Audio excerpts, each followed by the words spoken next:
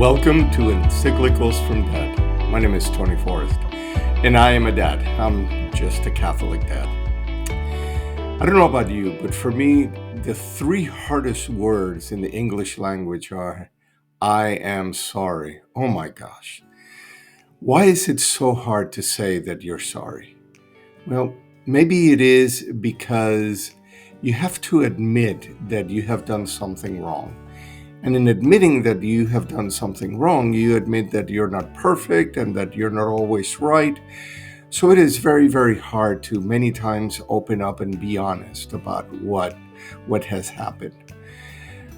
Sometimes we utter the I am sorry with the tone.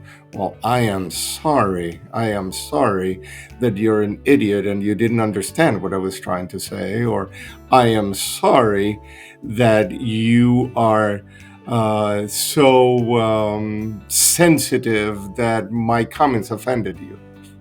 No. I am sorry. I am sorry needs to be heartfelt and need to be honest when you say it. Now, I say that it's hard to say because we admit that we're wrong and we admit that we have lost the argument. And, if you did something wrong and you made a mistake or you're just plain wrong the reason for the argument, just don't be boneheaded and just admit it and move on and save a little bit of dignity, because when you argue over and over and you know that you're wrong, you're not doing much for your dignity. But there are the other times when we say I am sorry and you're really not the one that it's in the wrong. Why would we do that?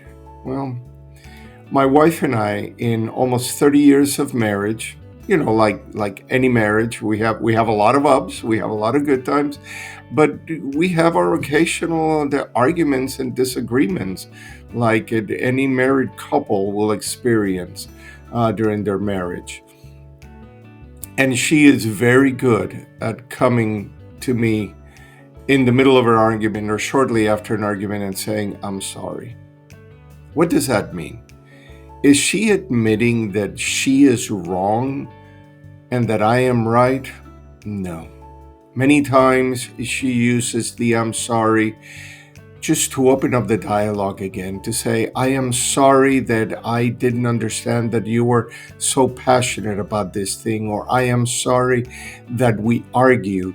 You don't have to be specific, but you basically are opening the dialogue and the communication again, because you are not going to be able to approach the argument again with, well, that never works. And usually what happens is that I am the one that has been in the wrong and I am the one that has been hard-headed. And when she opens up the dialogue with I am sorry, I usually try to come back and say, in all honesty, I was the one that was wrong, and let me explain why.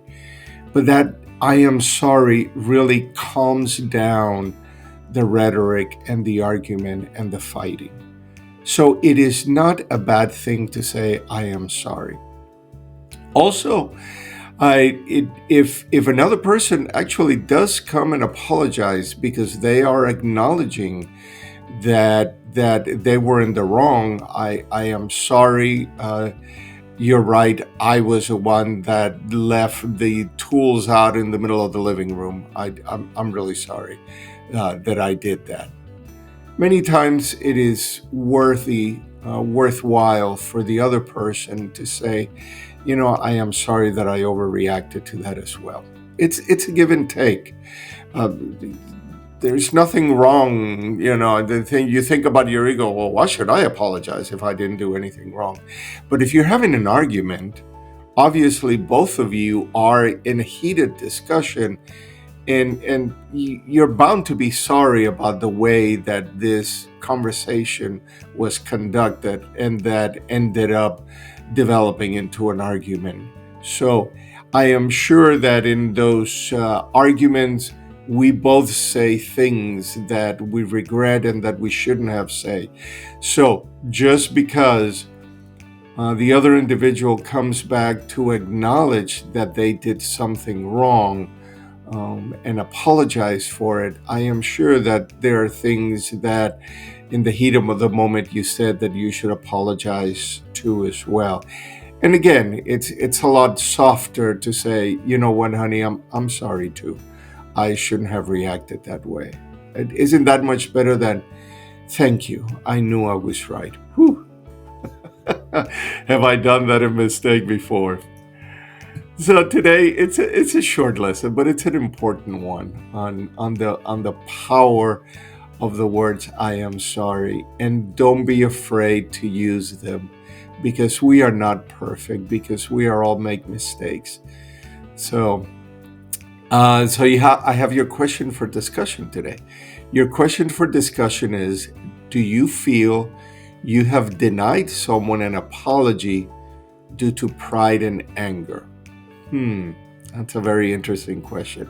Again, if you're listening to these podcasts with your spouse or with your kids, your family, this is a great time to ask that question and see how everybody feels. That's how we learn, by listening to each other's feelings. So, do you feel you have denied someone an apology due to pride and anger? If you're listening to this podcast by yourself, do some self-reflection and see if you have. Be honest with yourself.